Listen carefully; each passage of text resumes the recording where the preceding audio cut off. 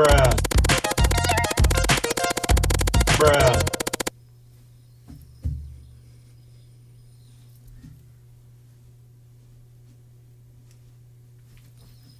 Am I cool yet?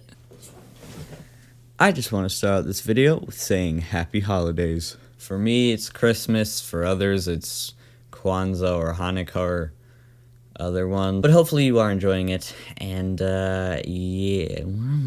At first, I thought about doing nothing for the holidays, but then it occurred to me that I should. So basically, I just put together a list of my favorite games in hopes that, hey, maybe you could buy yourself or someone you know one of these games because they're all good. Like, really, I like them at least. But anyway, keep in mind that this list is completely my opinion and is not based on fact because I don't know anything. And also keep in mind, I have a really weird taste in games, like really, like none of my friends play these games, so I don't know. Anyway, though, hopefully you enjoyed the video, and yeah, let's get to it. So coming in at number 5, I have Red Dead Redemption 2. Now, this is a game I'm actually still actively playing through. I haven't finished the campaign yet, but I had to include it on this list because it absolutely blows me away. Now, the game is 2 years old at this point, but the graphics still astound me. Since I only have an RTX 2060 Super and a Core i5-9400F, I can't run the game at max settings, but at the second highest preset, it still looks better than most games that I've played. If you don't know what Red Dead Redemption 2 is, it's an open-world, story-based game where you play the role of an outlaw in 1800s America, also known as the Wild West. The game's story is really deep, and the characters are somewhat well-developed, although I think that's an area that could have been better. As I was saying before, the atmosphere and sound design is absolutely incredible, and at sometimes I feel like I'm really there.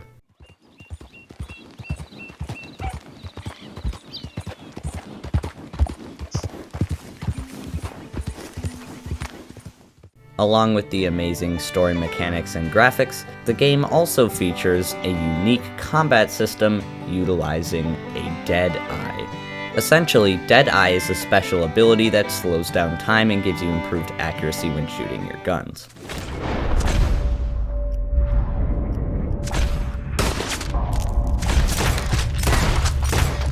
Even without using Deadeye, the combat seems to flow very well and is somewhat different than most other games that feature prominent combat systems.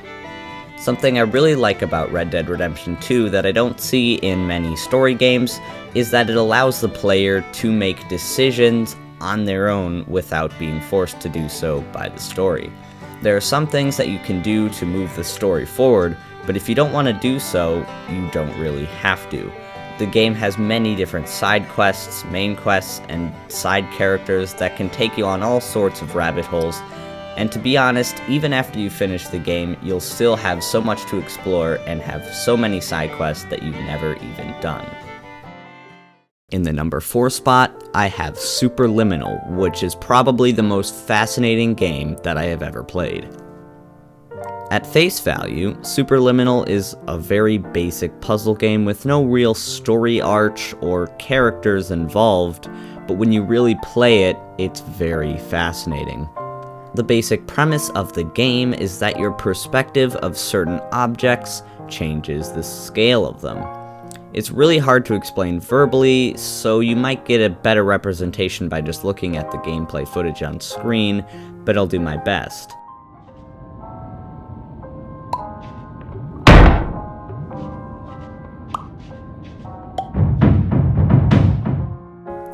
Basically, whenever you pick up an object, as you move around with it, it appears to stay the same size from your point of view.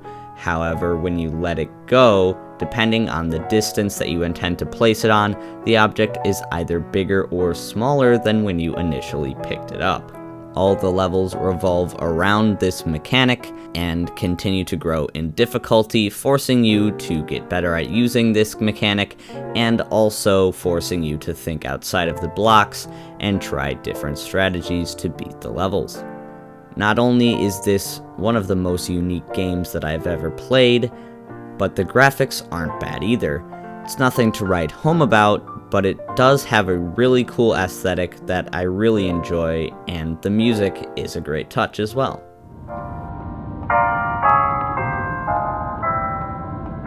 Before I mention that the game doesn't really have a story arc, and that's somewhat true. The game doesn't follow a linear story, but as you play along the game, you loosely follow the subject of existentialism and the fact that reality may not be real. The game in and of itself is very good, and those who play it I definitely encourage to play to the end because the ending is quite interesting. At number 3, I have GTA 5. And I know this one can be controversial because of the game's content, but hear me out. Honestly speaking, I have never and probably will never play the campaign of GTA 5, but the reason that I put it on this list is because of its expandability. Despite Rockstar Games constantly patching the game, the community of modders around GTA 5 is very large and constantly coming out with new and exciting mods to bring the game to a new level.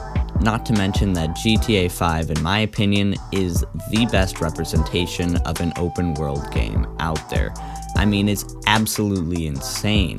The area to explore is absolutely massive, and each part of it is completely unique, featuring different people, vehicles, buildings, land. It's absolutely amazing. So while I'm not putting it on this list for being a story-based game, I do very much like it as a sandbox game, and I am not at all commenting on the actual story of it. I might get a lot of hate for not actually playing this story, but I have a weird taste in games, and I would much rather pile a stack of trains in the middle of town than stealing a car.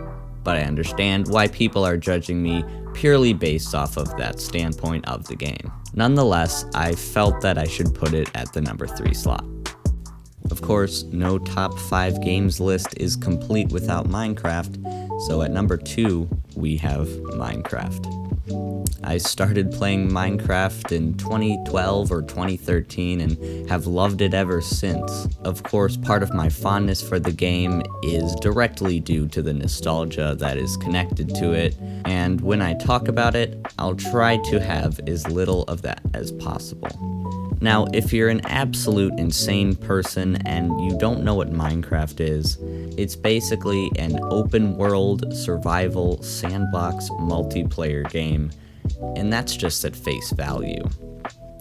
What the community has done with the game is absolutely insane, and if you can think of just about any game, I can guarantee you something similar has been reproduced within Minecraft. For many, Minecraft almost serves as a complete game engine for which to develop their own games inside of. If you don't believe me, look up a title of the game and Minecraft after it, and I'm sure you'll find something. Minecraft is really fascinating because there basically are no limits. The player can do whatever they want to, make whatever they want to, fight whoever they want to, really just do whatever they want to within the blocky world.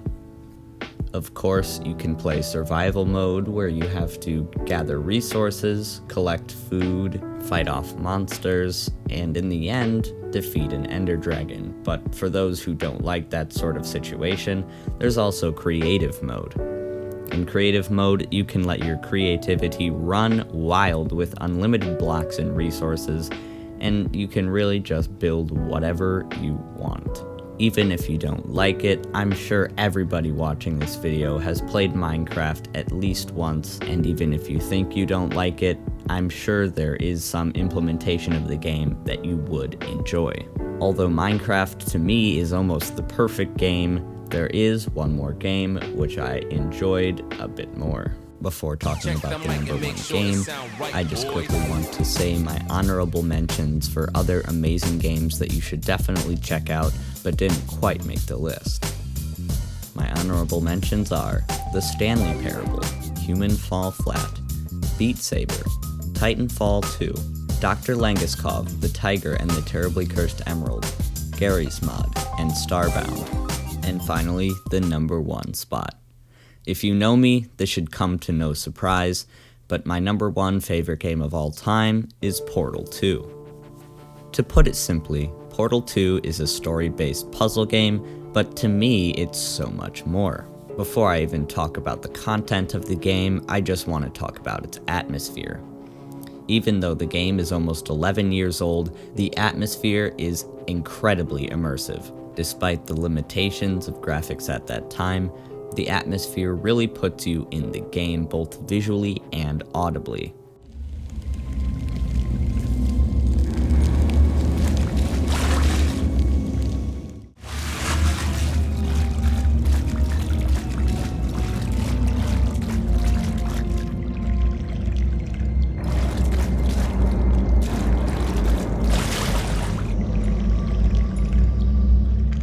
Every aspect is incredibly amazing, from the sound effects to the music, to the fog, to the level design. Every small detail is really incredible and in my opinion hasn't been beat by any other game since. On the topic of graphics, I do want to talk about them because, again, even though the game is 11 years old, to me the graphics stand up to the modern age.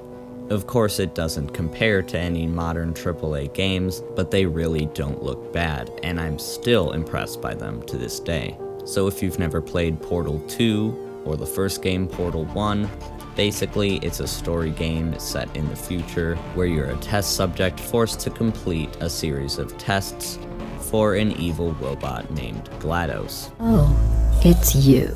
You know her? It's been a long time.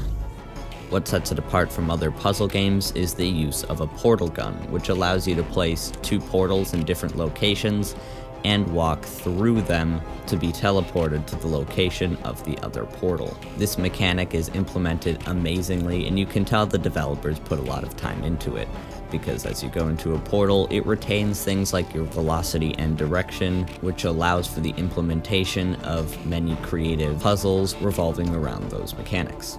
Before I say anything else, I just wanted to mention that I actually played Portal 2 before I played Portal 1, so if you're thinking about playing it, it's not really necessary to play Portal 1. I would just skip straight to Portal 2, but if you do want some more context, it might be worth your time. What sets Portal 2 apart from Portal 1 is the story. In Portal 1, the story doesn't play a very important role until the end of the game, while in Portal 2, the whole game has a consistent narrative and story arc. There's really no way for me to capture the amazingness of the story in words, so I highly recommend you play it, but I'll do my best to explain without giving away too much about the game. The game is set in a post-apocalyptic Earth in the destroyed Aperture Science Facility. And going back to the atmosphere, the game does a really good job of portraying that post-apocalyptic world, and it just seems real. All the characters in the game are very well developed, even down to the smallest side characters that seem very insignificant. Along with that, the voice acting is incredible. While the story is full of twists and turns, they do occasionally throw in a joke to mix it up, and I very much like the humor of the game. Well, I'm back. The aerial faceplate in here is sending a distress signal. You broke it, didn't you? There, try it now. What happened, right? I was just lying there. You thought I was done. This plate must not be calibrated to someone of your generousness. I'll add a few zeros to the maximum weight. In my first playthrough, it took me about 12 hours to get through, but I have replayed it many times since, and I have finished it in 4 hours. Even after you finish the story mode, there is also many other ways to continue playing in the Portal 2 universe. Portal 2 also has a multiplayer co-op mode that you can play with one other player, either in local split screen or over Steam multiplayer. The co-op mode features a full new set of levels and voice clips not from the original game, and the characters you play as are completely new and original as well. Even if you finish the many co-op levels, shortly after its release, Valve added a level editor in which players can create their own stages and share them on the Steam Workshop. While it is fairly rudimentary, I think it's a great way for players to expand the Portal universe by adding their own community content and experimenting with the many features of the game. Well, hopefully you enjoyed the video. It took kind of a long time to make, actually, because I had to record all the gameplay footage and the voiceovers and script writing and blah, blah, blah, blah. But it was pretty fun to make, and I do thank you for watching, so hopefully you enjoy the rest of your day and the holidays in general. So thank you so much for watching, and peace out.